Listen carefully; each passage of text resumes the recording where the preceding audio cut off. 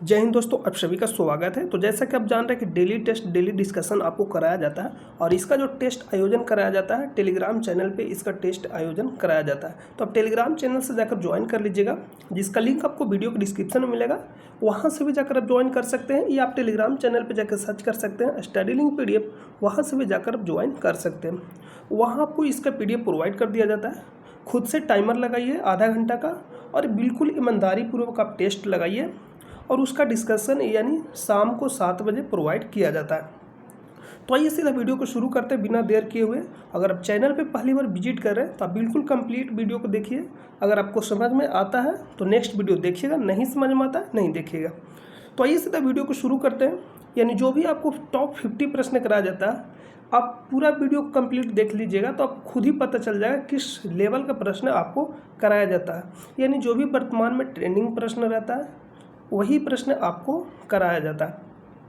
तो आज का जो पहला प्रश्न है कि 90 डिग्री पूर्वी देशांतर पर स्थित थिम्पू यानी भूटान का राजधानी है। स्थानीय समय निर्धारित कीजिए जब ग्रीनविच यानी 0 डिग्री में दोपहर 12 बजे का समय है। ये प्रश्न आपसे पूछा गया है। तो प्रश्न को अगर आप समझ गए होंगे तो ठीक है, नहीं समझे तो हम आपको प्रश्न को समझाते हैं। ये इसका कहने का मतलब है, मान लीजिए क्या है, पृथ्वी है। मान लेना कि क्या है, पृथ्वी है। मान लीजिए इसको क्या करना है, पृथ्वी, ऐसे तो है नहीं, मान लेना कि ये पृथ्वी है। तो पृथ्वी कहने का मतलब 24 घंटा में क्या करता है, पूरा एक चक्कर लगाता है। तो एक चक्कर लगाने कहने का मतलब जितना जो वृत्त है यानी सर्किल है उतना ही पृथ्वी भी उतना ही डिग्री एक चक्कर लगाने में घूमता है। यानी सर्किल कहने का मतलब 360 डिग्री। तो पृथ्वी जो एक चक्कर लगाती है यानी 24 घंटा में कितना लगाती है, 360 डिग्री। तो यहाँ से प्रश्न ये निकलेगा, या तो आप डायरेक्टली भी याद करके रख सकते हैं कि 1 डिग्री जो पृथ्वी घूमे उसको घूमने में कितना लगता है, 4 मिनट। लेकिन एग्जाम का इतना प्रेशर रहता है कि आप इसको भूल जाते हैं कि 4 मिनट बराबर 1 डिग्री होता है या 4 डिग्री बराबर 1 मिनट होता है। तो इसको समझने के लिए हम लोग निकालेंगे यहाँ से, यानी आपको पास हम क्या कर रहे हैं, कॉन्सेप्ट बिल्डअप कर रहे हैं, जिससे आप एग्जाम में बिल्कुल आसानी से प्रश्न को हल कर सकते हैं। मान लीजिए कि भूल गए तो आपको कॉन्सेप्ट बताया जा रहा है, आप इससे आसानी से कर सकते हैं। तो 24 घंटा कहने का मतलब 360 डिग्री, यानी पृथ्वी 24 घंटा में 360 डिग्री चक्कर लगाती है। तो हम कह सकते हैं सर कि 24 घंटा में 360 डिग्री, तो अगर 360 डिग्री में 24 से भागा दे देंगे तो 1 घंटा क्या आ जाएगा। यानी 1 घंटा में पृथ्वी कितना, यानी 1 घंटा में पृथ्वी कितना डिग्री घूमती है। तो यहाँ से अगर आप इसको भागा दीजिएगा तो 12 तिया 36, यानी 30 और 12 दूनी 24, यानी इसका कहने इससे भी इसको भागा दीजिएगा तो आ जाएगा 15 डिग्री। इसका कहने का मतलब है सर कि 1 घंटा में पृथ्वी 15 डिग्री चक्कर लगाती है। इसका कहने का मतलब क्या हुआ, 1 घंटा में पृथ्वी 15 डिग्री चक्कर लगाती है। यानी 24 घंटा में 360, तो 24 से भागा दीजिएगा तो 1 घंटा बराबर आ जाएगा 15 डिग्री। यानी 15 डिग्री चक्कर लगाने में पृथ्वी को 1 घंटा लगता है। और 1 घंटा में होता है 60 मिनट। 1 घंटा में कितना होता है, 60 मिनट। तो इसका कहने का मतलब ये भी तो कह सकते हैं कि 60 मिनट में पृथ्वी 15 डिग्री घूमती है। तो यहाँ सब इसको काटिएगा तो यानी 1 मिनट बराबर, तो यहाँ से निकल के आएगा 1 मिनट बोल रहे हैं, 4 बार में ये भागा लगेगा 15 से, तो यानी 4 मिनट बराबर 1 डिग्री। सर हम कह सकते हैं कि 1 डिग्री घूमने में 4 मिनट लगाती है पृथ्वी। कितना लगाती है, 4 मिनट, यानी 1 डिग्री घूमने में। तो आप डायरेक्ट याद रख सकते हैं कि 1 डिग्री घूमने में पृथ्वी जो टाइम लगाती है कितना, 4 मिनट। यानी 1 डिग्री पृथ्वी को घूमने में कितना लगता है, 4 मिनट लगता है। आपको कॉन्सेप्ट बता दिया गया, अगर आप भूल जाते हैं तो आप इस तरह से भागा देकर यानी 2 मिनट में 2 सेकंड में निकल जाएगा, तो आप इस तरह से निकाल लीजिएगा। तो 1 डिग्री घूमने में पृथ्वी 4 मिनट लगाती है। तो अब जो सवाल पूछा है कि 90 डिग्री पूर्वी देशांतर पर स्थित है थिम्पू, तो 0 से 90 जाने का कहने का मतलब देखना है कि आपको गैप कितना का है, यानी कितना डिग्री का गैप है। तो 90 डिग्री का गैप है, तो 90 डिग्री बराबर कितना मिनट हो जाएगा, 1 डिग्री बराबर 4 मिनट। तो 90 डिग्री बराबर कितना हो जाएगा, तो 90 गुने 4 कर देंगे। तो 90 गुने अगर आप 4 करिएगा तो कितना आ जाएगा, 9 चौका 36 यानी 360 मिनट। ये 360 क्या आएगा, मिनट आएगा। अगर आप इसको घंटा में चेंज करना चाहते हैं तो 1 घंटा में होता है 60 मिनट, तो 60 से भागा दीजिएगा तो आ जाएगा 6 घंटा यानी 6 आवर। इसका कहने का मतलब 0 से 90 जाने में पृथ्वी का यानी पृथ्वी को जो टाइम लगेगा कितना लगेगा, 6 घंटा लगेगा। तो अब दूसरा जो कॉन्सेप्ट है, नेक्स्ट कॉन्सेप्ट, ये मान लीजिए पृथ्वी है, ये हम मान लीजिए 0 डिग्री लाइन, ये क्या है 0 डिग्री लाइन, और मान लीजिए कि 0 डिग्री लाइन है तो यहाँ पर अगर मान लीजिए कि भारत स्थित है तो यहीं पर कहीं पे क्या होगा, भूटान भी होगा। तो भारत जो स्थित है या भूटान यानी 0 डिग्री लाइन से क्या है, यानी पूरब में स्थित है। 0 डिग्री लाइन से पूरब में, क्योंकि इधर पूरब होता है, इधर पश्चिम होता है, ऊपर में उत्तर होता है और नीचे दक्षिण होता है। तो भारत 0 डिग्री से पूरब में स्थित है, यानी कहने का मतलब भूटान भी पूरब में स्थित है। तो पूरब में जो भी देश स्थित रहेगा वो क्या होगा, 0 डिग्री से, यानी जो 0 डिग्री पर देश स्थित रहेगा उससे क्या होगा, उसका टाइम जोन आगे होगा, क्योंकि वहाँ जो सूर्योदय होगा पहले होगा, क्योंकि पूरब से सूर्योदय होता है तो वहाँ सूर्योदय पहले होगा। तो जो भी 0 डिग्री पर देश स्थित रहेगा यानी उससे क्या होगा, पूरब में जो देश स्थित रहेगा वो आगे चलेगा, यानी जो सबसे पूरब में होगा सबसे आगे चलेगा, उसके बाद उसके बाद उसके बाद, और जो पश्चिम होगा पीछे चलेगा। इसका कहने का मतलब 0 डिग्री पर जो भी टाइम हो रहेगा उसमें हमको क्या करना पड़ेगा, जोड़ना पड़ेगा, यानी पूरा में जाना होगा, तो क्योंकि पूरा वाला देश आगे चलेगा। तो यहाँ आपको कहाँ जाना, पूर्वी देशांतर पर स्थित है, यहाँ पर लिखा गया 90 डिग्री। तो 6 घंटा इसमें क्या करेंगे, ऐड कर देंगे, यानी ग्रीनविच पे जो टाइम रहेगा। तो 12 में अगर आप 6 ऐड करिएगा, यानी 12 बज रहा है तो 12 में 6 घंटा ऐड करिएगा तो कितना बज जाएगा, 6 PM, यानी शाम के 6 बज जाएगा। यहाँ लिखा गया है दोपहर के 12 बज रहा, तो 12 में 6 घंटा और जोड़िएगा तो शाम के 6 बज जाएगा, यानी ऑप्शन नंबर ए इसका राइट आंसर हो जाएगा। अब ध्यान दीजिएगा यहाँ पर 6 AM भी लिखा गया, लेकिन आंसर क्या होगा, PM होगा, ऑप्शन नंबर ए। तो आई होप कि आपको सारा समझ में आ गया होगा। और ये जो प्रश्न पूछा गया था 69वां BPSC 2023 में। नेक्स्ट प्रश्न पर चलते हैं। नेक्स्ट जो प्रश्न है कि भारत के स्वतंत्रता संग्राम के दौरान निम्नलिखित घटनाओं पर विचार कीजिए। होम रूल आंदोलन 1916, सूरत विभाजन 1907, खेड़ा सत्याग्रह 1918 और मार्लो मिंटो सुधार 1909। तब डेट याद रखिएगा, होम रूल आंदोलन 1916, सूरत विभाजन 1907 और अध्यक्षता किसके द्वारा किया गया था, रास बिहारी घोष के द्वारा। खेड़ा सत्याग्रह 1918 और मार्लो मिंटो सुधार 1909, 19 बोल दिए थे क्या, 1909। और इसी में मार्लो मिंटो सुधार में ही यानी मुसलमानों को पृथक निर्वाचन दिया गया था। मुसलमानों को क्या दिया गया था, पृथक निर्वाचन क्षेत्र, यानी मुसलमानों को पृथक निर्वाचन मंडल दिया गया था। तो इसका राइट आंसर क्या होगा, आपको अरेंज करना है, यानी भारत के स्वतंत्रता संग्राम के दौरान निम्नलिखित घटनाओं पर विचार कीजिए। आपको अरेंज करना कि ऊपर दी गई घटनाओं का निम्नलिखित में से कौन सा सही कालानुक्रम होगा, यानी पहले कौन होगा उसके बाद कौन होगा। तो होम रूल बताया आपको कि 1917 बोले 1916, सूरत बताए 1907 और खेड़ा बताए 1918 और मार्लो मिंटो सुधार 1909। तो पहले आएगा 4 नंबर, कालानुक्रम को व्यवस्थित कीजिए, पहले 4 करें, क्योंकि इस 9 में हुआ था मार्लो मिंटो सुधार, उससे भी पहले सूरत विभाजन 1907 आएगा। तो 2 नंबर पहले आएगा, तो 2 नंबर 2 ऑप्शन में नहीं है, ए और सी कट जाएगा। उसके बाद आएगा 4 नंबर, क्योंकि उसके बाद 9 आएगा 7 के बाद, तो ऑप्शन नंबर बी इसका राइट आंसर हो जाएगा। उसके बाद 1 1916, उसके बाद 3 यहाँ पर खेड़ा सत्याग्रह 1918। नेक्स्ट प्रश्न पर चलते हैं। नेक्स्ट जो प्रश्न है कि किस अधिवेशन में पहली बार मौलिक अधिकारों से संबंधित प्रस्ताव पारित किए गए थे। तो किस अधिवेशन में पारित किया गया था, कराची अधिवेशन 1931, और जिसका अध्यक्षता किया गया था, किसके द्वारा अध्यक्षता किया गया था, तो इसका अध्यक्षता किया गया था सरदार वल्लभ भाई पटेल के द्वारा। तो ऑप्शन नंबर सी इसका राइट आंसर हो जाएगा। गया अधिवेशन 1922 CR दास के द्वारा अध्यक्षता किया गया था। सूरत अधिवेशन 1907, इसी में कांग्रेस का विभाजन हुआ था गर्म दल और नरम दल में, और इसका जो अध्यक्षता किया गया था रास बिहारी घोष के द्वारा। नेक्स्ट प्रश्न पर चलते हैं। नेक्स्ट जो प्रश्न है कि किस या किन अनुच्छेद या अनुच्छेदों के अंतर्गत अध्यक्ष सदन के किसी सदस्य को उसकी मातृभाषा में बोलने की इजाज़त दे सकते हैं या दे सकता, तो अनुच्छेद कौन सा? अनुच्छेद 120 के ए।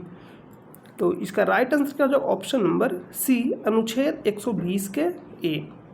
यानी अनुच्छेदों के अंतर्गत पूछा जा रहा है कि जो अध्यक्ष सदन के किसी भी सदस्य को उसकी मातृभाषा में बोलने की इजाज़त दे सकते, किस अनुच्छेद के तहत? तो अनुच्छेद 120 के ए के तहत। तो ऑप्शन नंबर सी इसका राइट आंसर हो जाएगा। नेक्स्ट प्रश्न पे चलते हैं। नेक्स्ट जो प्रश्न है कि बिहार में विक्रमशिला विश्वविद्यालय के संबंध में निम्नलिखित कथनों पर विचार कीजिए। तो कथन एक में दिया गया है कि यह बिहार के वर्तमान बांका जिले में स्थित है। तो बिहार के वर्तमान बांका जिले में नहीं स्थित है, बल्कि कहाँ स्थित है? भागलपुर जिला में स्थित है। तो एक नंबर कथन क्या हो जाएगा? गलत हो जाएगा। नेक्स्ट है कथन दो कि इसकी स्थापना पाल वंश के राजा गोपाल प्रथम ने की थी। तो पाल वंश के राजा गोपाल के द्वारा नहीं, बल्कि धर्मपाल के द्वारा किया गया था। तो ऑप्शन नंबर 2 यानी कथन नंबर 2 भी गलत हो जाएगा। नेक्स्ट है कि बौद्ध धर्म का वज्रयान संप्रदाय यहाँ फला फूला। तो ये बिल्कुल सही दिया गया, क्योंकि महायान शाखा का ही क्या था? वज्रयान शाखा। तो यहाँ पर कभी कभी महायान शाखा भी दे सकता है, क्योंकि उसी के अंदर आता है वज्रयान शाखा। तो यहाँ पर वज्रयान संप्रदाय फला फूला, तो ये बिल्कुल सही दिया गया। यहाँ खगोल विज्ञान, तर्कशास्त्र, कानून, व्याकरण और दर्शन जैसे अन्य विषय भी पढ़ाए जाते हैं, तो ये भी बिल्कुल सही है। तो 3 और 4 सही है और 2 और 1 गलत है। आपसे पूछा क्या गया है?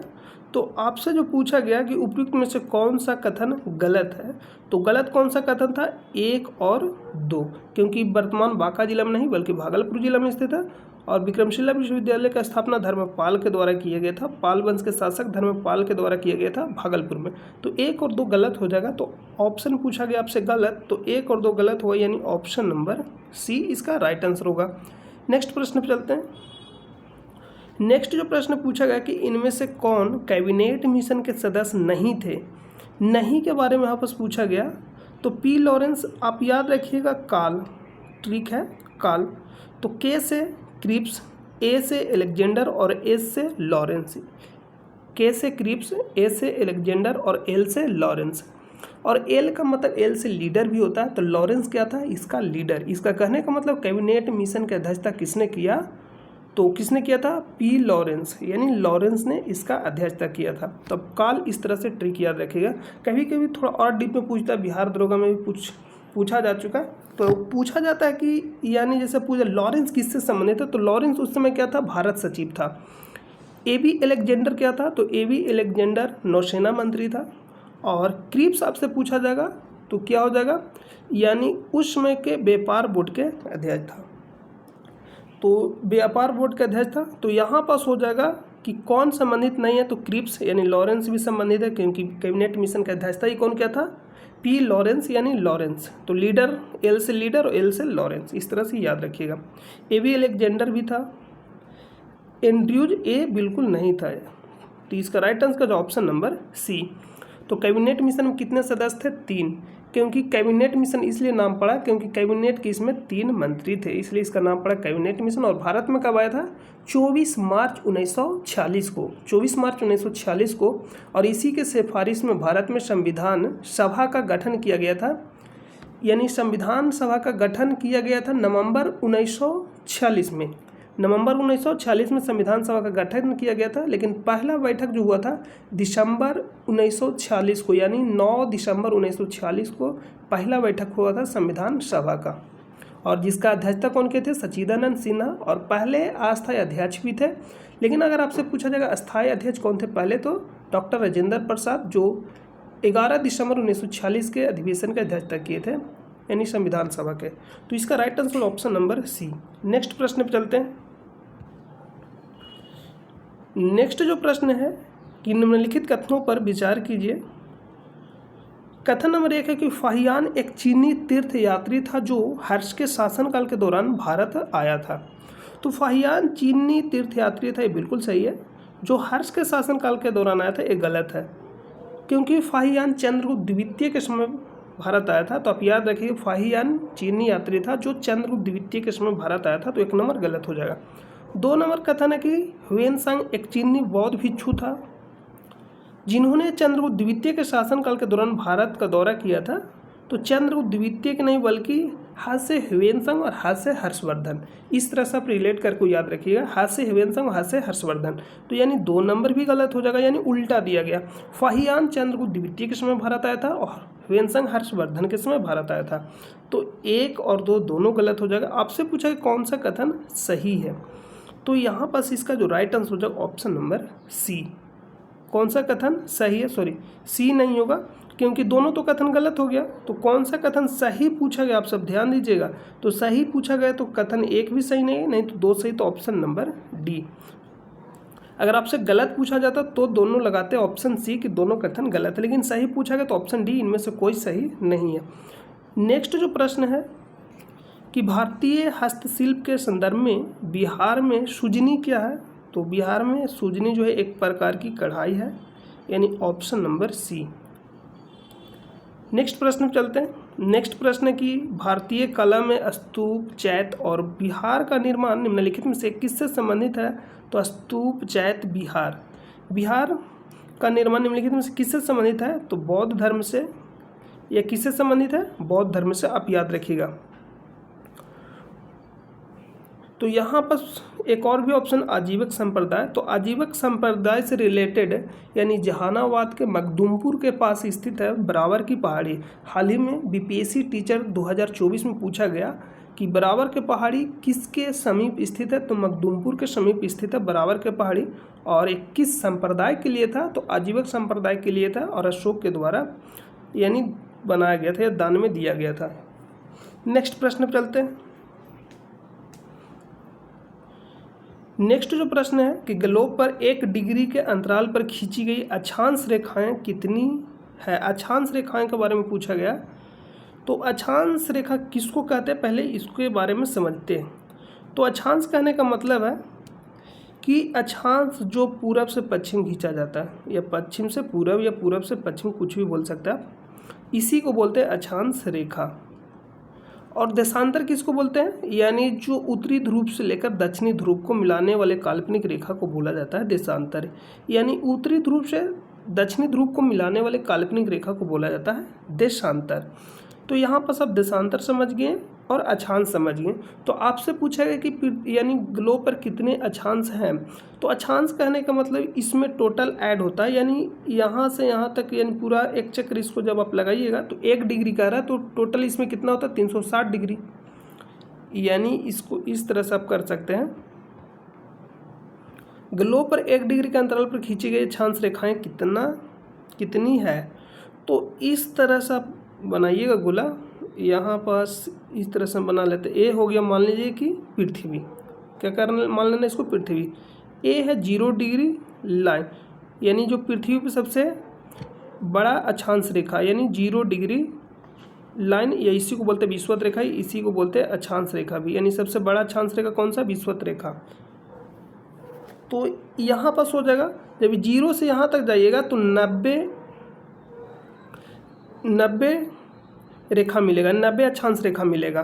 तो 90 इधर हो जाएगा और 90 इधर भी हो जाएगा। तो 90 प्लस 90 और 1 हो जाएगा 0 डिग्री लाइन, जिसको बोलते हैं विषुवत रेखा। तो टोटल जोड़िएगा तो आएगा 181। लेकिन जो ध्रुव होता है, यानी दक्षिणी ध्रुव और उत्तरी ध्रुव, यह एक पॉइंट की तरह होता है, न कि रेखा। तो इसको हम लोग रेखा में काउंट नहीं करते। यह क्या होता है, एक पॉइंट होता है। तो ये दोनों को घटाना पड़ता है। तो इसमें से दोनों को घटाइएगा तो आएगा 189। यानी टोटल जो अक्षांश रेखाएं होती है 189 होती है, क्योंकि ये रेखा नहीं होता, एक पॉइंट की तरह होता है उत्तरी गोलार्ध और यानी उत्तरी ध्रुव और दक्षिणी ध्रुव पे जो होता है। तो इसका जो राइट आंसर हो जाएगा ऑप्शन नंबर सी। नेक्स्ट जो प्रश्न है कि अष्टप्रधान मंत्री परिषद थी, यानी गुप्त प्रशासन में, चोल प्रशासन में, मराठा प्रशासन में या विजयनगर प्रशासन में। तो इसका राइट आंसर क्या हो जाएगा, मराठा प्रशासन में। 8 मंत्रियों का एक यानी समूह होता था, जिसे बोलते थे अष्टप्रधान, यानी ऑप्शन नंबर सी। नेक्स्ट प्रश्न पर चलते हैं। नेक्स्ट जो प्रश्न है कि भारतीय संविधान में राज्य के नीति निर्देशक सिद्धांत की अवधारणा किस देश के संविधान से ली गई है। तो आप इसको बिल्कुल आसानी से कर सकते हैं, यानी डीपीएसपी। और यह संविधान के किस भाग में, तो भाग पूछेगा तो 4 हो जाएगा, और अनुच्छेद पूछेगा तो 36 से लेकर 51 तक, यानी अनुच्छेद 36 से 51 तक है नीति निर्देशक सिद्धांत के बारे में। और ये कहाँ से लिया गया है, तो ये जो लिया गया है आयरलैंड से लिया गया, यानी ऑप्शन नंबर सी इसका राइट आंसर हो जाएगा। नेक्स्ट प्रश्न पे चलते हैं। नेक्स्ट जो प्रश्न है कि बोधिसत्व पद्मपाणि की पेंटिंग स्थित है, तो ये कहाँ स्थित है, अजंता में।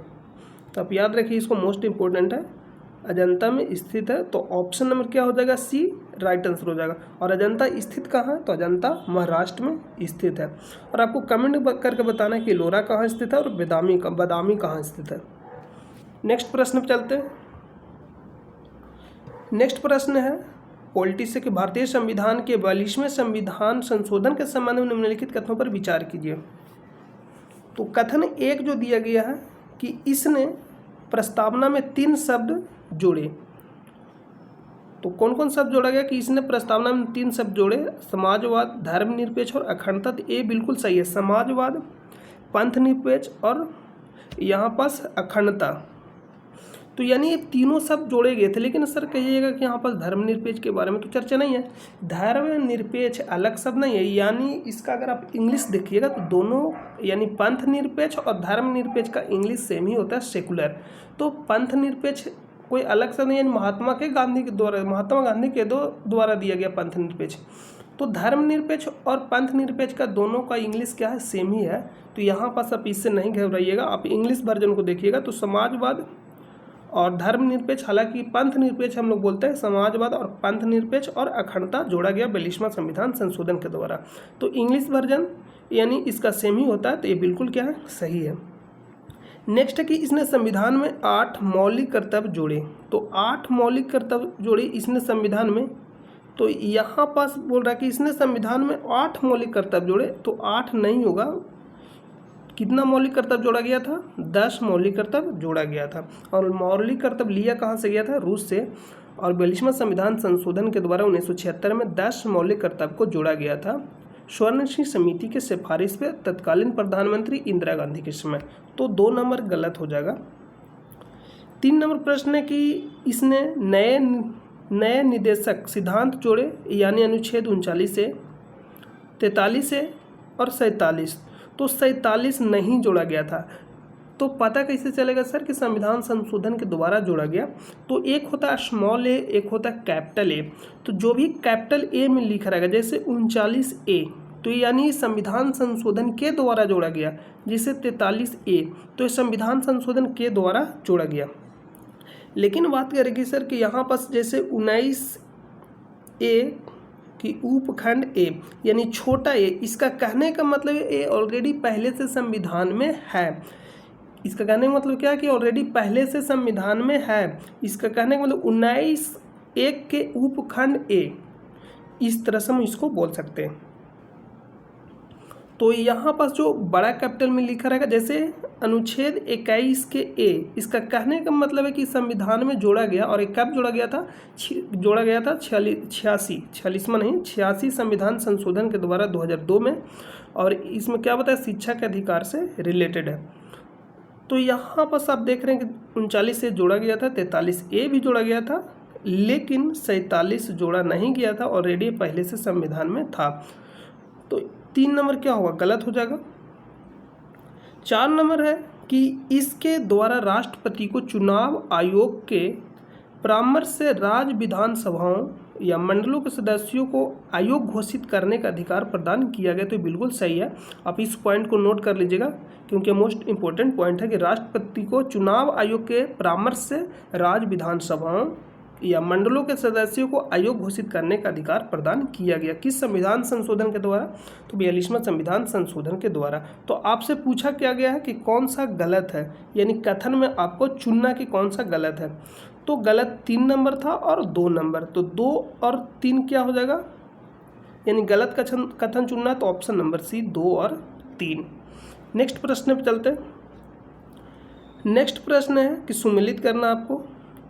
तो आप इसको आसानी से सुमेलित कर सकते हैं कि चरक किससे संबंधित है, चिकित्सा से, यानी 2 का 1। अगर आपको मान लीजिए कि जानकारी कंप्लीट नहीं है तो आप इस तरह से भी कर सकते हैं। चरक संहिता 2 का 1 यानी ए नंबर नहीं होगा और सी नंबर नहीं होगा, नहीं तो डी नंबर होगा, तो ऑप्शन ए राइट आंसर हो जाएगा। ब्रह्मगुप्त गणितज्ञ थे। ब्राह्महिर, तो ब्राह्महिर किससे संबंधित? ज्योतिष से। और विशाखदत्त नाटककार।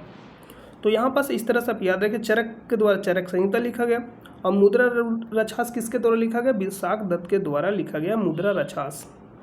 नेक्स्ट प्रश्न पे चलते हैं, ऑप्शन नंबर ए इसका राइट आंसर हो जाएगा। नेक्स्ट जो प्रश्न है कि इनमें से किसने भारत में फारसी त्यौहार नवरोज की शुरुआत की? तो बलबन के द्वारा शुरू किया गया, तो ऑप्शन नंबर सी। नेक्स्ट प्रश्न पे चलते हैं। नेक्स्ट प्रश्न है कि वुड के 1854 के प्रेषण के संबंध में निम्नलिखित कथनों पर विचार कीजिए। उपयुक्त में से कौन सा ये कथन सही है? तो वुड डिस्पैच इसे कहा जाता है भारत का यानी अंग्रेजी शिक्षा का मैग्ना कार्टा। भारत में अंग्रेजी शिक्षा का मैग्ना कार्टा कहा जाता है वुड ऑफ डिस्पैच को। 1854 में लाया गया था और किसके द्वारा लाया गया था? लॉर्ड डलहौजी के द्वारा लाया गया था। तो इसने उच्च अध्ययन के लिए शिक्षा के माध्यम के रूप में अंग्रेजी की सिफारिश की, बिल्कुल सही दिया गया। 2 नंबर है कि इसने महिला शिक्षा और व्यावसायिक प्रशिक्षण पर जोर दिया, तो ये भी बिल्कुल सही है। यहाँ पर पूछा गया सही कौन सा है, तो दोनों कथन क्या हो जाएगा? सही हो जाएगा। और किस गवर्नर जनरल के समय लाया गया था? तो लॉर्ड डलहौजी के समय लाया गया था 1854 में, और इसे कहा जाता है अंग्रेजी शिक्षा का मैग्ना कार्टा। नेक्स्ट प्रश्न पर चलते हैं। नेक्स्ट है कि मैथिली भाषा का विकास निम्नलिखित में से किसके शासनकाल के दौरान हुआ था? तो इसका जो राइट आंसर हो जाएगा कर्नाट वंश के समय हुआ था। और कर्नाट वंश का स्थापना किसके द्वारा किया था? नन्य देव के द्वारा किया गया था। नेक्स्ट प्रश्न पर चलते हैं। नेक्स्ट जो प्रश्न है कि प्रारंभिक वैदिक काल के दौरान कौन सा शहर प्राचीन मगध साम्राज्य की राजधानी के रूप में कार्य करता था? तो प्राचीन राजधानी पूछा जा रहा है प्रारंभिक वैदिक काल में, तो आंसर क्या हो जाएगा? राजगिरी। लेकिन बाद में पाटलिपुत्र भी ले जाया गया मगध का राजधानी, बाद में वैशाली भी ले जाएगा। वैशाली किसके समय ले जाया गया था? तो कालाशोक के समय वैशाली ले जाया गया। और यहाँ पास दिया पाटलिपुत्र जो राजधानी ले जाया गया था उदयन के द्वारा ले जाया गया था राजधानी पाटलिपुत्र।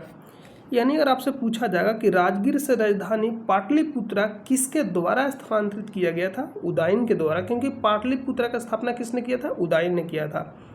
और अगर आपसे पूछा जाएगा वैशाली, तो पाटलिपुत्र से वैशाली राजधानी कौन लेके गया था?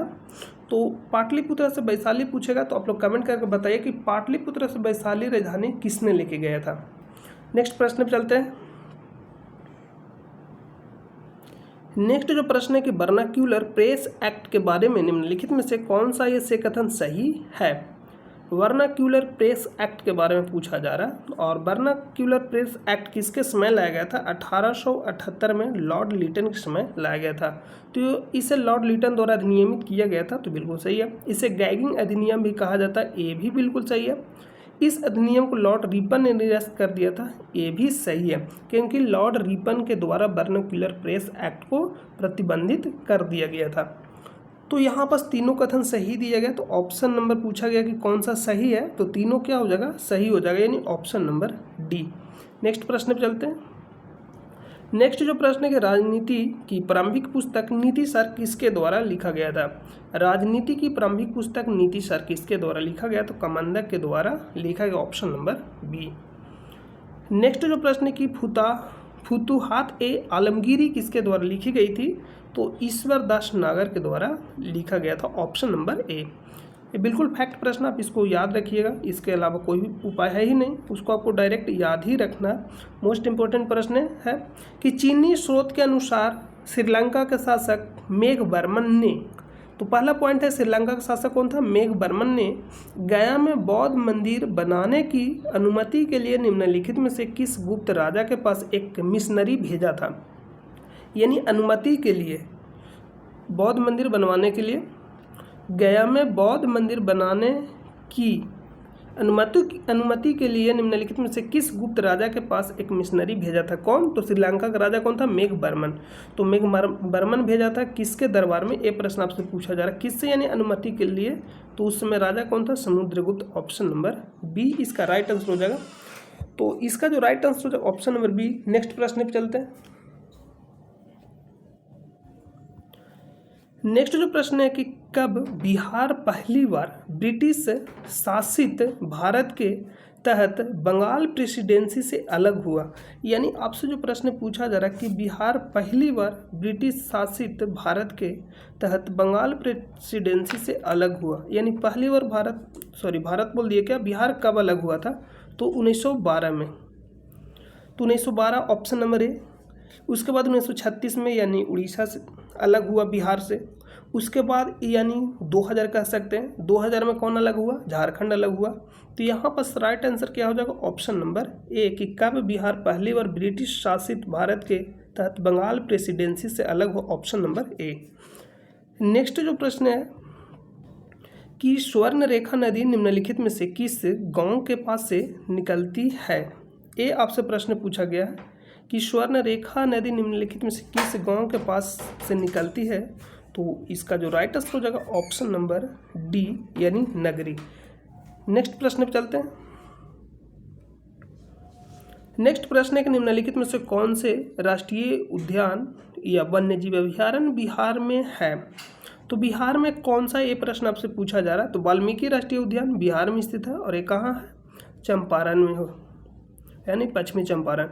दुधवा राष्ट्रीय उद्यान कहाँ स्थित है, यूपी में है, यानी 2 नंबर गलत हो जाएगा। गजनेर वन्यजीव अभयारण्य राजस्थान में है, तो 3 नंबर भी गलत हो जाएगा। भीमबंध वन्यजीव अभयारण्य बिहार में, बिहार के किस जिला में है, तो मुंगेर हो जाएगा। तो यहाँ पास 1 और 4 बिहार में स्थित है। तो आपसे पूछा गया कि कौन बिहार में स्थित है और नीचे बताना कौन सा कथन सही है।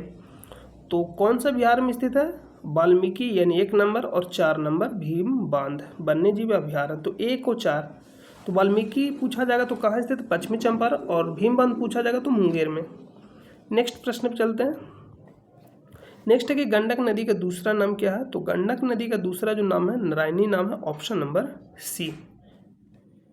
अगला जो प्रश्न है कि बिहार के निम्नलिखित में से किस जिले में सोना पाया जाता है, यानी बिहार के निम्नलिखित में से किस जिले में सोना पाया जाता है। तो इस प्रश्न का जो राइट आंसर हो जाएगा ऑप्शन नंबर डी जमुई। और आपको कमेंट करके बताना है कि जमुई किस प्रमंडल के अंतर्गत आता है। नेक्स्ट जो प्रश्न है कि त्रिवेणी नहर का निर्माण निम्नलिखित में से किस नदी पर किया गया। त्रिवेणी नहर का निर्माण निम्नलिखित में से किस नदी पर किया गया है। तो इसका जो राइट आंसर हो जाएगा ऑप्शन नंबर सी, इसका निर्माण गंडक नदी पर किया गया। तो आप इसको याद रखिएगा, मोस्ट इंपॉर्टेंट है। नेक्स्ट जो प्रश्न है कि किस पठार पर कर्क रेखा तथा भारतीय मानक समय रेखा एक दूसरे को काटती है। तो कर्क रेखा यानी 23.5 डिग्री और भारतीय मानक समय रेखा यानी 82.5 डिग्री पूर्वी देशांतर रेखा। तो 23.5 डिग्री अक्षांश रेखा और 82.5 डिग्री पूर्वी देशांतर रेखा। तो ये पूछा जा रहा है कि समय रेखा यानी भारतीय मानक समय रेखा एक दूसरे को कहाँ काटती है। तो ऑप्शन जो दिया गया बुंदेलखंड, बघेलखंड, मालवा या उपयुक्त में से कोई नहीं। तो यहाँ अगर आप इमेज में देख पा रहे होंगे, ये जो है कर्क रेखा, ये क्या है, कर्क रेखा। तो कर्क रेखा कहाँ से गुजरती है। तो गुजरात, राजस्थान, मध्य प्रदेश, छत्तीसगढ़, बिहार, पश्चिम बंगाल, त्रिपुरा और मिजोरम, यानी टोटल 8 राज्यों से होकर गुजरती है कर्क रेखा। और 23.5 डिग्री, यहाँ पे याद रखिएगा 23.5 डिग्री। तो यहाँ पर जो पूछा गया कि भारतीय मानक समय रेखा ये है, भारतीय मानक समय रेखा। तो भारतीय मानक समय रेखा कहाँ से गुजरती है ये भी आप याद रखिएगा। तो भारतीय मानक समय रेखा अगर आपसे पूछा जाएगा तो यहाँ पास थोड़ा सा मतलब मैपिंग गलत है, यानी हो जाएगा यहाँ पास यूपी, और यूपी के बाद हो जाएगा मध्य प्रदेश, छत्तीसगढ़, और यहाँ उड़ीसा हो जाएगा और आंध्र प्रदेश, यानी टोटल 5 स्टेट से होकर गुजरती है। तो यहाँ पास आपसे पूछे कहाँ मिलती है। तो यहाँ आप देख रहे हैं छत्तीसगढ़ में दोनों आपस में मिलती है। तो छत्तीसगढ़ में स्थित है बघेलखंड, तो यानी बघेलखंड का पठार। तो इसका जो राइट आंसर हो जाएगा ऑप्शन नंबर बी, बघेलखंड, यानी ऑप्शन नंबर बी। तो कर्क रेखा भारतीय मानक समय रेखा किस पठार पर मिलती है। तो बघेलखंड के पठार पर। और कहाँ मिलती है, तो छत्तीसगढ़ में। नेक्स्ट प्रश्न पर चलते हैं। नेक्स्ट जो प्रश्न पूछा गया, एल नीनो धारा कहाँ प्रवाहित होती है? तो एल नीनो धारा जो प्रवाहित होती है प्रशांत महासागर में, ऑप्शन नंबर ए, और ये पेरू के तट पे प्रवाहित होती है। यहाँ आप देख सकते हैं पेरू के तट है यहाँ पास एल नीनो, और यह है आपका प्रशांत महासागर एल नीनो। तो आपसे पूछा जाता है एल नीनो गर्म धारा या ठंडी धारा? तो एल नीनो का मतलब होता है, एल नीनो का मतलब होता है छोटा बच्चा। एल नीनो का मतलब क्या होता है? छोटा बच्चा। और छोटा बच्चा कहने का मतलब लड़का, लड़का थोड़ा क्या होता है? गर्म मिजाज का होता है, यानी जल्दी गुस्सा करता है। तो इसका कहने का मतलब कि जो एल नीनो है कैसा? गर्म धारा है। एल नीनो कैसा? गर्म धारा। हालांकि ऐसा होता नहीं है, लेकिन आप याद करने के लिए इसे याद रख सकते हैं कि लड़का क्या आता है? थोड़ा गर्म माइंड का होता है। तो एल नीनो क्या हो जाएगा? गर्म धारा। लेकिन पूछा जाएगा ला नीना, तो ला नीना का मतलब होता है छोटी बच्ची। बच्ची कहने का मतलब लड़की, तो लड़की थोड़ा होती है ठंडी माइंड की, तो यहाँ हो जाएगा ला नीना यानी ठंडी जलधारा। तो इस तरह से आपसे प्रश्न पूछा जाएगा, और इससे रिलेट करके यानी भारत को दोनों का अटैच करके भी प्रश्न पूछा जाता है। तो यह इतना ज़्यादा आपसे नहीं पूछा जाएगा, यूपीएससी में पूछा जाता है। तो यहाँ पर सब याद रखिएगा एल नीनो धारा कहाँ प्रवाहित होती है? तो प्रशांत महासागर में, ऑप्शन नंबर ए, पेरू के तट पे। नेक्स्ट प्रश्न पर चलते हैं। नेक्स्ट जो प्रश्न है कि भारतीय संविधान में मौलिक अधिकारों के विचार का संदर्भ किस देश से लिया गया, यानी मौलिक अधिकार कहाँ से लिया गया? तो बहुत ही नॉर्मल प्रश्न है, यूएसए से लिया गया, संयुक्त राज्य अमेरिका से। आयरलैंड से क्या लिया गया था? डीपीएसपी यानी राज्य नीति निर्देशक सिद्धांत। यूनाइटेड किंगडम से पूछा जाएगा तो संसद से रिलेटेड जो भी रहेगा आप यूनाइटेड किंगडम लगाइएगा। नेक्स्ट प्रश्न पर चलते हैं। और कनाडा से क्या लिया गया? आप लोग कमेंट करके बता दीजिएगा। नेक्स्ट जो प्रश्न है कि भारतीय संविधान के किस अनुच्छेद द्वारा अस्पृश्यता यानी अनटचेबिलिटी को समाप्त किया गया? तो अनुच्छेद 17 यानी ऑप्शन नंबर सी। नेक्स्ट प्रश्न है कि उच्च न्यायालय में न्यायाधीशों की संख्या निर्धारित करने का अधिकार निम्नलिखित में से किसके पास है?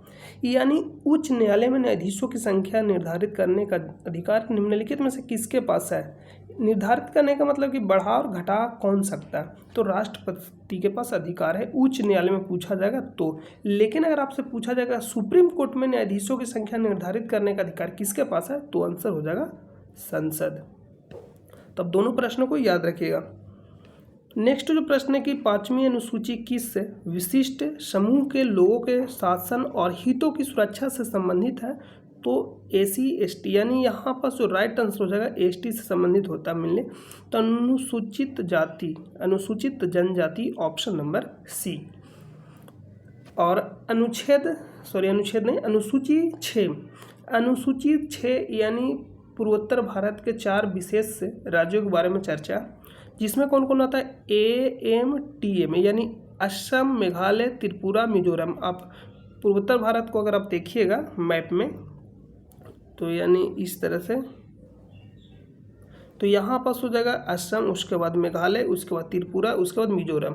तो AM यानी असम, मेघालय, TM यानी त्रिपुरा, मिजोरम, दोनों इधर नीचे से आप इस तरह से याद रखिएगा मैपिंग के द्वारा। तो इसका जो right answer option number C. Next प्रश्न पे चलते हैं। नेक्स्ट है कि औद्योगिक नीति संकल्प किस वर्ष अपनाया गया? तो इसे किस वर्ष अपनाया गया था? 1956 में। तो इसका राइट आंसर जो ऑप्शन नंबर ए। नेक्स्ट प्रश्न है कि 1857 के विद्रोह की विफलता के निम्नलिखित में से कौन से कारण थे? तो अंग्रेजों की सैन्य श्रेष्ठता, ये बिल्कुल कारण था। यानी 1857 के क्रांति या विद्रोह की विफलता का कारण क्या है? तो अंग्रेजों की सैन्य श्रेष्ठता। और ऑप्शन यानी कथन 2 में दिया गया है कि विद्रोहियों के पास कोई एकीकृत कार्यक्रम या एवं विचारधारा नहीं थी, ये भी सही है, यानी कोई भी संगठन नहीं था। और दूसरा कारण यानी तीसरा कारण ये भी हो सकता है कि जो भी यानी 1857 क्रांति में युद्ध लड़ रहे थे, यानी जो भी इसमें भाग ले रहे थे वो अपने स्वार्थ के लिए भाग ले रहे थे, यानी अपने स्वार्थ के लिए। तो यहाँ पर जो तीनों क्या हो जाएगा? सही हो। समाज के सभी वर्गों के समर्थन का अभाव था, यानी ये भी सही है। 3 नंबर भी क्या है? सही है, क्योंकि समाज के सभी वर्ग क्या इसमें भाग नहीं लिए थे, इसलिए भी 1857 क्रांति क्या हो गया? विफल रह गया। विद्रोहियों के पास कोई भी एकीकृत संगठन नहीं था, इस कारण से भी क्या होगा? विफल रहा। अंग्रेजों की सैन्य श्रेष्ठता, ये भी बोल सकते हैं, यानी तीनों कथन क्या है? सही दिया गया है।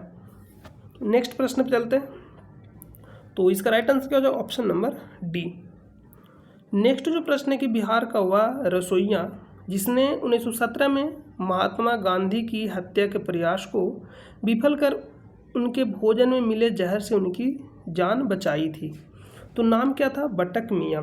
तो कहानी कुछ इस तरह से कि यानी लॉर्ड इरविन ने महात्मा गांधी को, लॉर्ड इरविन आप ये मत समझिएगा कि 1931 में यानी इरविन समझौता हुआ तो 1931 में था, नहीं, उस समय यानी गवर्नर जनरल था, लेकिन लॉर्ड इरविन 1917 का बात है कि लॉर्ड इरविन महात्मा गांधी से बात करने का प्रयास किया और महात्मा गांधी को भोजन करने के लिए क्या किया? आमंत्रित किया, लेकिन महात्मा गांधी इसे आमंत्रण को अस्वीकार किए, यानी भोजन करने से क्या कर दिए? अस्वीकार कर दिए।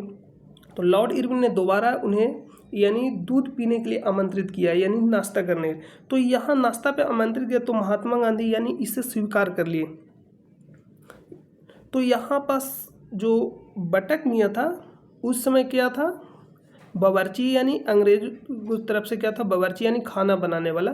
तो बटक मियाँ को बोला गया कि आप दूध में यानी जहर मिलाकर महात्मा गांधी को दे दीजिए, यानी जहर मिलाने के लिए बोला गया था। जो महात्मा गांधी को दूध दिया गया था उसमें जहर मिलाने के लिए बोला गया था, लेकिन जो बटक मियाँ था जहर मिलाने से इनकार कर दिया, यानी जहर नहीं मिलाया। तो इसलिए महात्मा गांधी को जान बचाया कौन था? तो बटक मियाँ, ऑप्शन नंबर बी। नेक्स्ट प्रश्न पर चलते हैं।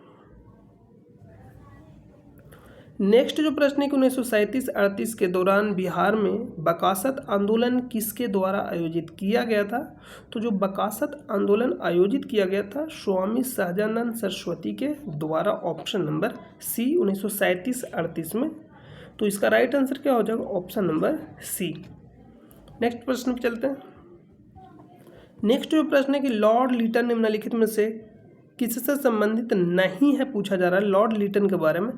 स्ट्रैची कमीशन, तो स्ट्रैची कमीशन किससे संबंधित है? पहला अकाल आयोग था, यानी जब पहली बार अकाल लगा था यानी अकाल हुआ था तो उस समय स्ट्रैची के अध्यक्षता में एक कमीशन गठन किया गया जिसका नाम था स्ट्रैची कमीशन, और लॉर्ड लिटन के समय ही यह गठन किया गया था। तो ए नंबर बिल्कुल सही है। शस्त्र अधिनियम यानी 1878 का शस्त्र अधिनियम, ये भी लॉर्ड लिटन के समय किया गया था, क्योंकि शस्त्र अधिनियम में कहा गया था कि बिना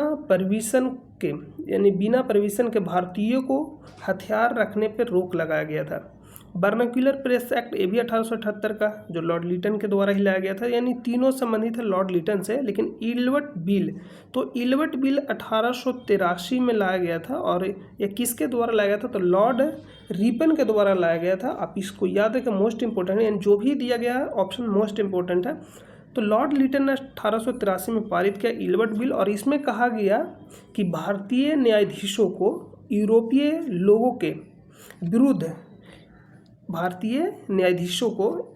लोगों के विरुद्ध यानी फैसला सुनाने का अधिकार दिया गया।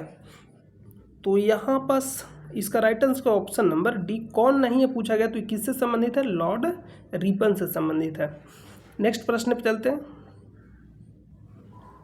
नेक्स्ट जो प्रश्न है, बक्सर की लड़ाई के बाद किस संधि पर हस्ताक्षर किए गए थे? तो किस संधि पर हस्ताक्षर किया गया था? इलाहाबाद की संधि।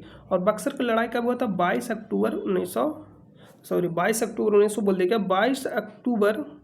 1764 को बक्सर का युद्ध हुआ था संयुक्त सेना और अंग्रेजों के बीच। संयुक्त सेना में कौन कौन था? यानी बंगाल के अपदस्थ नवाब मीर कासिम, अवध के नवाब शुजाउद्दौला और मुगल बादशाह शाह आलम द्वितीय।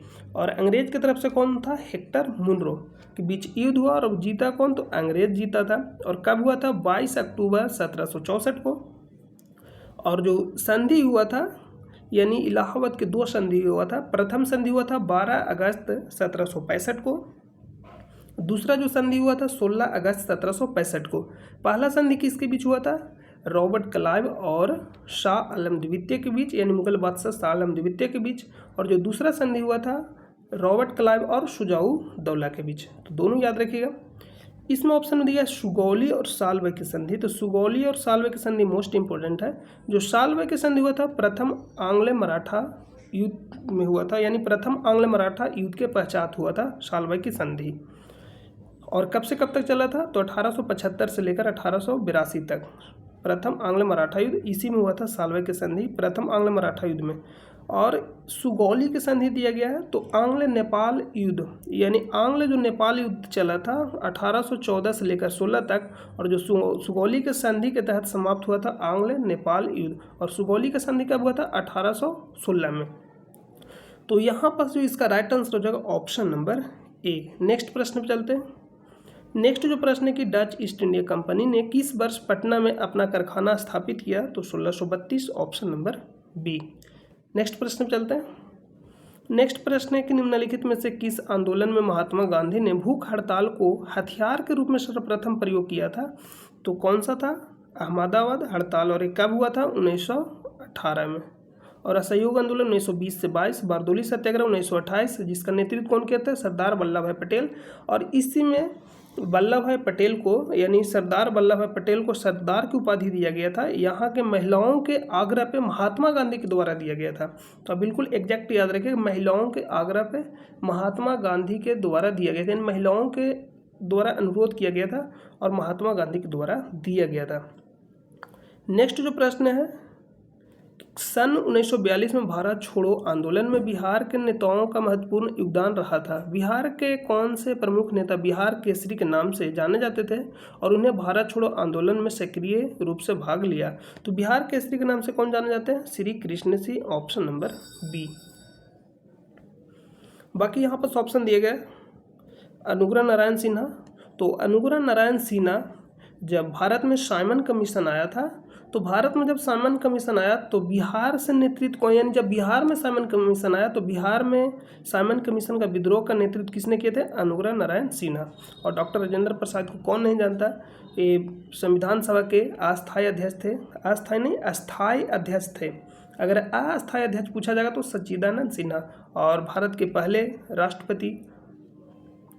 तो याद रखिएगा। नेक्स्ट प्रश्न है, नेक्स्ट है कि मिलान करना या सुमिलित करना। भारतीय या भारत सेवक समाज किसके द्वारा स्थापना किया गया था? गोपाल कृष्ण गोखले के द्वारा 1905 में।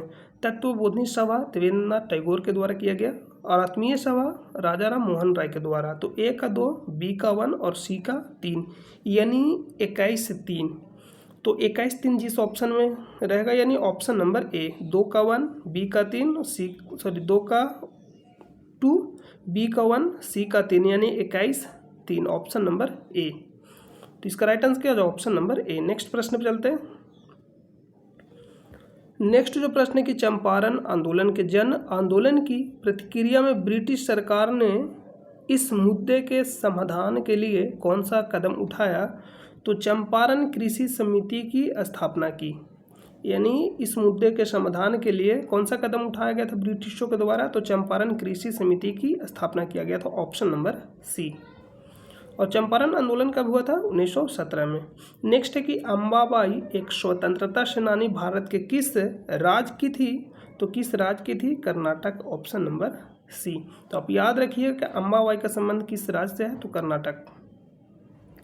नेक्स्ट जो प्रश्न है कि सुरक्षा वाल्व सिद्धांत के आधार पर भारतीय राष्ट्रीय कांग्रेस की स्थापना ब्रिटिश सरकार को खतरों से बचाने के लिए थी। उपयुक्त विचार किस नेता के द्वारा दिया गया था? तो लाला लाजपत राय के द्वारा दिया गया था, ऑप्शन नंबर बी। नेक्स्ट प्रश्न पर चलते हैं। नेक्स्ट जो प्रश्न है कि भारतीय सर्वोच्च न्यायालय ने किस या किन मुकदमे या मुकदमों में सर्वप्रथम संविधान के मूल ढांचे का सिद्धांत दिया? तो केशवानंद भारती बनाम केरल राज्य में। और ये कब हुआ था? 1973 में। आप इसको याद रखें। और यह सबसे बड़ा संवैधानिक पीठ था और इसमें टोटल कितने जज थे? 13। और सेकेंड पूछा जाएगा तो सेकेंड सबसे बड़ा संवैधानिक पीठ गोलकनाथ बनाम पंजाब राज्य, और इसमें टोटल 11 न्यायाधीश थे। और पूछा जाएगा इस सबसे डेट के बारे में पूछा जाता, तो यहाँ पर कुछ जो इम्पोर्टेंट पॉइंट है आप उसको याद रखिएगा। मिनर्वा मिल्स बना भारतीय संघ बाद 1980, ये मोस्ट इम्पोर्टेंट है। इसमें आपसे प्रश्न पूछा जाता है कि भारतीय संविधान की स्थापना मूल अधिकारों और निर्देशक सिद्धांतों के बीच संतुलन के आधार पर की गई थी। ये किस वाद में कहा गया था? ये आपसे पूछा जाता। और ये मिनर्वा मिल्स कब हुआ था? 1980। और गोलकनाथ 1967। गोलकनाथ में कहा गया था कि मूल यानी संविधान में संशोधन नहीं कर सकते। इसमें कहा गया था कि संविधान में संशोधन आप नहीं कर सकते। तो आप इसको याद रखिएगा।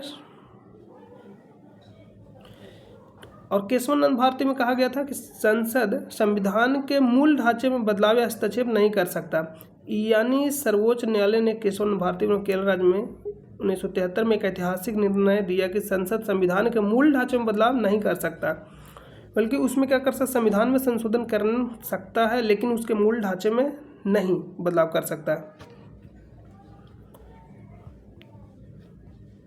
तो इसका राइट आंसर क्या हो जाएगा, ऑप्शन नंबर बी। नेक्स्ट प्रश्न पे चलते हैं, यानी मूल ढांचे का सिद्धांत किसमें दिया गया था, केशवानंद भारती बना भारत केरल राज्य। नेक्स्ट जो प्रश्न है, नेक्स्ट प्रश्न है कि क्रिस्टोफर कोलंबस यानी खोजकर्ता और जन्म स्थान दिया गया, आपको मिलान करना है। तो क्रिस्टोफर कोलंबस, इस तरह का मिलान जब भी रहेगा तो आप ऑप्शन के अकॉर्डिंग ही करिएगा। तो क्रिस्टोफर कोलंबस का जो जन्म हुआ था इटली में हुआ था, यानी ए का 3, तो ए का 3 ऑप्शन बी में नहीं है, नहीं तो डी में है।